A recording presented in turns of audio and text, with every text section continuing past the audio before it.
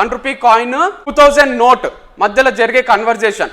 1 rupee coin 2000 నోట్కి ఏమంటదంటే, నీలాగా నేను బతకాలని ఎప్పుడు ట్రై చేసినా బతకలేను, నువ్వు మంచిగా ఉన్నావు, లైఫ్లో మస్తు హైలైట్ ఉన్నావు, అది ఇది అని పొగుడుతుంటే, గవర్నమెంట్ ఎంప్లాయ్ ఒక ఆయన ఫుల్ సంపాదించి లంచాలు తీసుకొని ఆ పైసలన్నీ లాకర్ల లోపల జైల్లో నన్ను దాచిపెట్టిండు. నేను 2000 నోట్ కానీ నేను అక్కడనే ఉండిపోతా, నాకు ఏం చేయాలో అర్థం కాదు, ఫ్రీడమే లేదు, నాకు జైల్లోనే ఉండాల్సి వస్తుంది. రూపాయి కాయిన్ అయ్యిండొచ్చు, కానీ నువ్వు ఒక బిచ్చపోని ఆకలి తీరుస్తావు. నువ్వు ఒక చిన్న పిల్లోడు ఏడుస్తుంటే వాళ్ళ డాడీనో మమ్మీ రూపాయి ఇస్తే పోయి చాక్లెట్ తెచ్చుకొని ఏడుపు బంద్ చేస్తారు, ఆకలి తీరుస్తున్నావు, ఏడుపు బంద్ చేపిస్తున్నావు. నువ్వు గుడిలో హుండీలో పడతావు, మస్తు వాల్యుబుల్ అది, పూజారి పళ్ళెంలో కూడా ఇస్తారు 1 రూపీ కాయిన్, మస్తు సంతోషపడతారు.